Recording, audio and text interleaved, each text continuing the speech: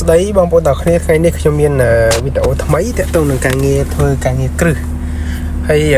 ចង់បង្ហាញបងប្អូនថ្ងៃនេះទាក់ទងនឹងការឆែកគ្រឿងចក្រឆែករ៉ូបូត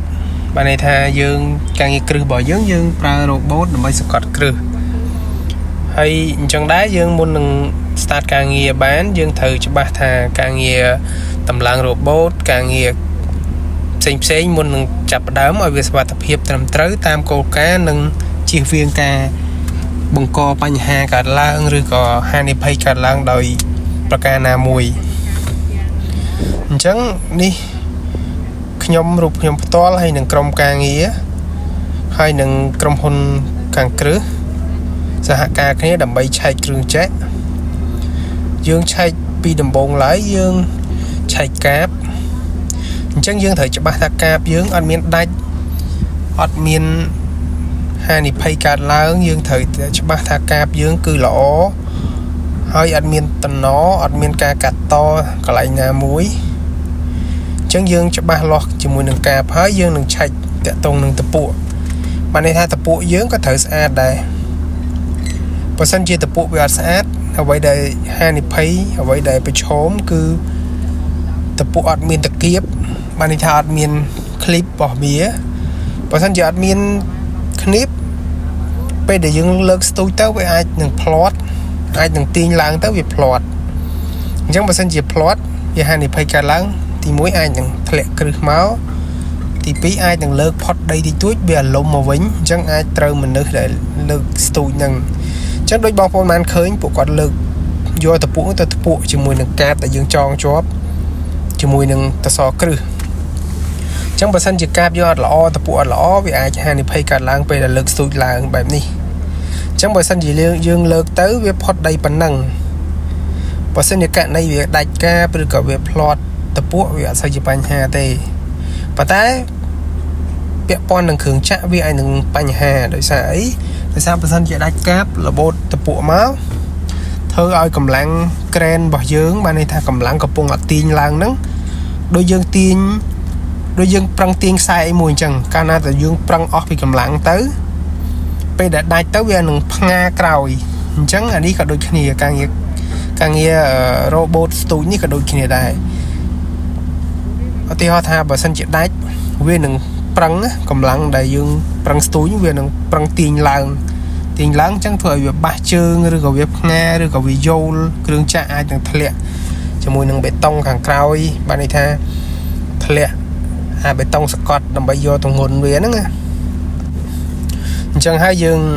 សហការគ្នាឆែកឲ្យបានជាក់លាក់ឲ្យបានច្បាស់លាស់មុននឹងប្រសេសការងារទៅមុខអញ្ចឹងដូចសកម្មភាពនេះយើងបានឆែករួចរាល់ហើយកាបអញ្ចឹងយើងចាប់ផ្ដើមស្ទូចតសគ្រឹះដើម្បីសាកល្បងបានន័យថាមុននឹងប្រសេសការងារ 100% មុននឹងប្រសេសការងារឲ្យវាទៅមុខរហូតយើងត្រូវតែច្បាស់ថាពេលដែលលើកស្ទូចក៏អត់បញ្ហាលើកទៅគៀបជាមួយនឹង clip វានៅម៉ាស៊ីនរ៉ូបូតហ្នឹងអត់បញ្ហាដូចគ្នាអញ្ចឹងខ្ញុំបាទក៏បានឲ្យពួកគាត់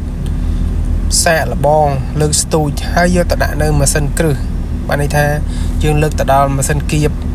គ្រឹះមុនសកត់ហ្នឹងអត់បញ្ហាយើងច្បាស់ថាវាអត់បញ្ហាមែនអញ្ចឹងយើងអាចអនុញ្ញាតឲ្យគាត់ធ្វើការបាន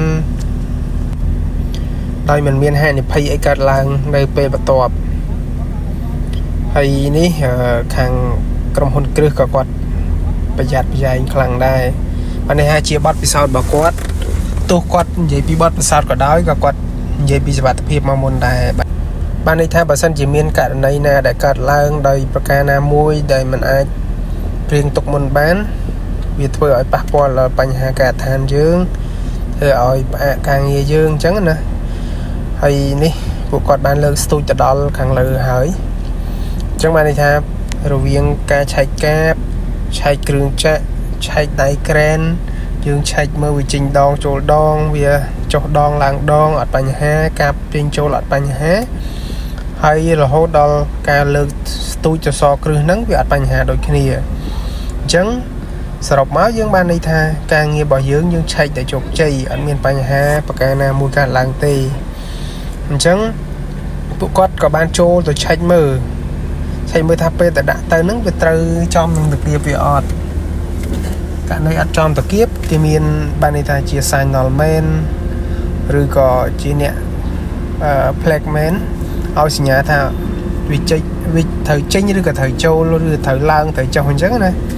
chẳng có con lô mưa hào vậy chẳng lô hái có đạm một bình có đạm bình mùi ban này ta ca như lớn túi thì bong con man đằng chứ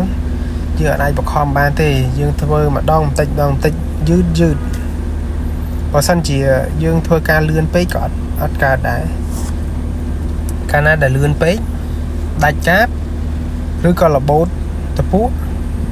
đối được khi man lược lang pi tập bồn chẳng cứ cột thạch khoang này chẳng dương thời bây giờ thời ca nghe muối dư chẳng bong bón video rồi bỏ dưỡng nông ca bằng hang ca nghe chạy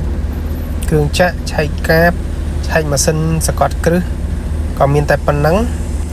sừng khăn tại bong ôn dối hay nâng chia video sầm rạp chỉ bọt sau đại bong ôn vô từ bọt nơi ca than là bong ôn là bay chiêu viên nơi ca con trở lom rồi cả ca bằng cỏ miền